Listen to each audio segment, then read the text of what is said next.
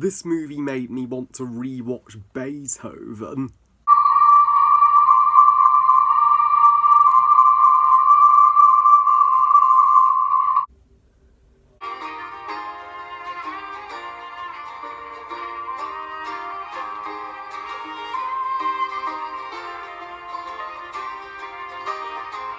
The Call of the Wild, directed by Chris Sanders, one of the directors of Lilo and Stitch and the first How to Train Your Dragon movie, both are timeless animated masterpieces, and is the 2020 movie adaptation of the book of the same name. So, Call of the Wild tells the story of a buck, this Saint Bernard, who looks exactly like the relative of the other iconic movie Saint Bernard, Beethoven, as he has gone from owner to owner. Some owners friendly, others abusive, until in the wilds he meets up with Harrison Ford's character, who him and his wife are still grieving over their deceased son. And instead of a boy and his dog story, this movie becomes a man and his dog story. Now, I do hail Chris Sanders as a wonderful filmmaker, as he was involved with some of the greatest animated movies ever made, period, Lilo and Stitch and How to Train Your Dragon, and I couldn't wait to see what he would bring to the table with the Call of the Wild. This movie got me curious when I heard that it was directed by the exact same director of How to Train Your Dragon, and also composed by the composer of How to Train Your Dragon, John Powell. And this movie, let me just say, it's nothing like How to Train Your Dragon. And if you are somebody who isn't bothered by Buck being a CGI dog, and you are a dog owner yourself, you're going to have no flaws with this movie, and it's going to be your favourite movie. But if you're like me and you're not a dog owner, and you wished Buck was a real dog instead of a CGI creation, then you are going to like this movie, but you're not going to adore it as such. Call of the Wild is a passable movie from Chris Sanders, but it's not the all-out masterpiece that it could have been. This may be the first movie I've seen Chris Sanders direct that I'm not calling flawless, and there is a huge but. There are plenty of things to see Call of the Wild for. For one thing, go and see it for John Powell's soundtrack. There's no such thing as a bad soundtrack from John Powell. He knocks it out of the freaking park with the soundtrack for Call of the Wild. And the cinematography and the shots of the mountains, the forests, and the rivers in the scenes out in the wilds of Yukon are some of the most generally breathtaking shots I have seen in a movie this year. Chris Sanders still knows how to make a movie look breathtaking, and there is one storyline where Buck, the dog, he has a romance with this albino white female wolf, and they have pups together. That shows how closely related dogs and wolves are. In fact, dogs have 98% the exact same DNA as a wolf. And Harrison Ford's character,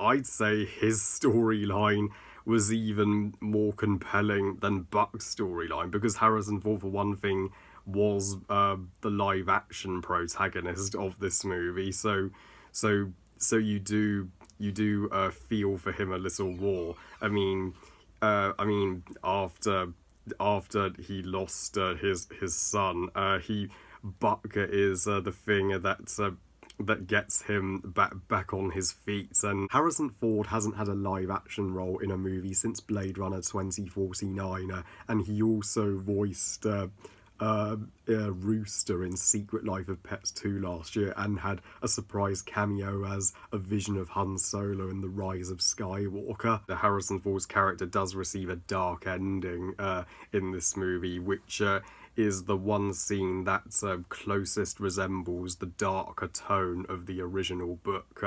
So Harrison Ford is the single saving grace of this entire movie, and even Karen Gillan stars in this movie, and she's straight up awesome. She finally gets an awesome role in a movie after Jumanji: The Next Level last year, which, spoiler alerts, I hated beyond belief. Oh, the most underwhelming thing about this movie is the decision to make every single animal character, including Buck himself, the protagonist. This is supposed to be his movie. The decision to make Buck and all animals CGI. Sure, you can't put an actual animal in danger when shooting a movie. No animals should be harmed in filmmaking. In an action scene with an animal, you would need a CGI double, but for the most part, it's okay to have a real animal in a film, as long as it's in the scenes that's not going to do them any harm. And I cared a great deal more about the dog in Beethoven than I did about the dog in The Call of the Wild, as Beethoven had a real dog the entire time. So it is harder to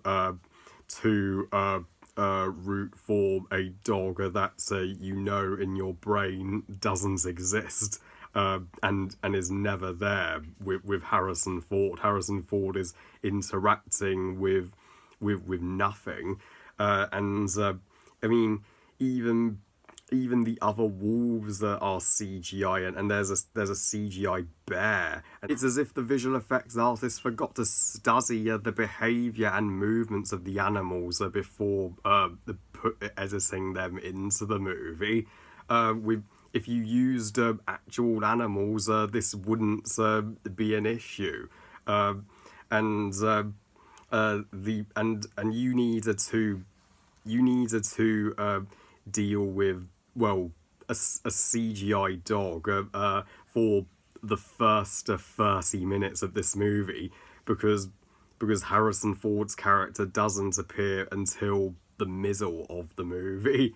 They've somehow made the human protagonist more sympathetic than the dog protagonist, and I don't think that was what the filmmakers set out to do. Making the beginning the one section of this movie that I don't fancy going back to, and I would have rather Dean DeBlois direct this movie with Chris Sanders, because the two great movies that Chris Sanders helped direct, Dean DeBlois was there with him, and maybe Chris Sanders isn't exactly in the same league as a filmmaker as Dean DeBlois. I mean, if Chris Sanders and Dean DeBlois collabed to make this movie, then this movie, could have been a culturally significant classic. I still can't wait to see what filmography Dean DeBlois has planned after How to Train Your Dragon,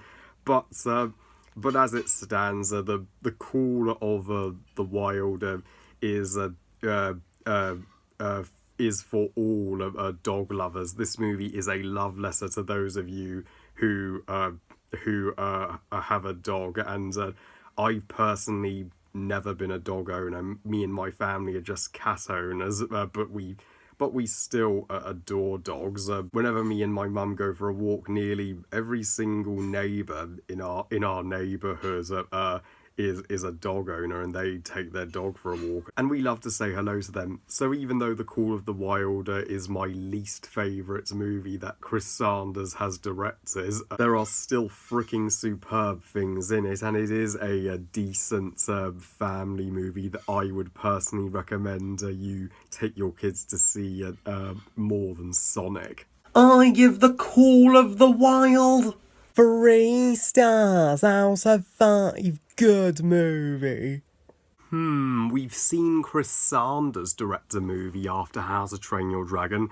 What will Dean DeBlois direct after How to Train Your Dragon? Only time will tell. Well, I love you guys. Thank you for watching. I hope you guys enjoyed this review. And what are your thoughts on The Call of the Wild? Please comment and let me know. Please like this video and subscribe. Please follow me on Twitter and on Instagram. And I'll see you next time when I review the original 1998 animated Mulan in March. And remember, movies are us. Bye, guys.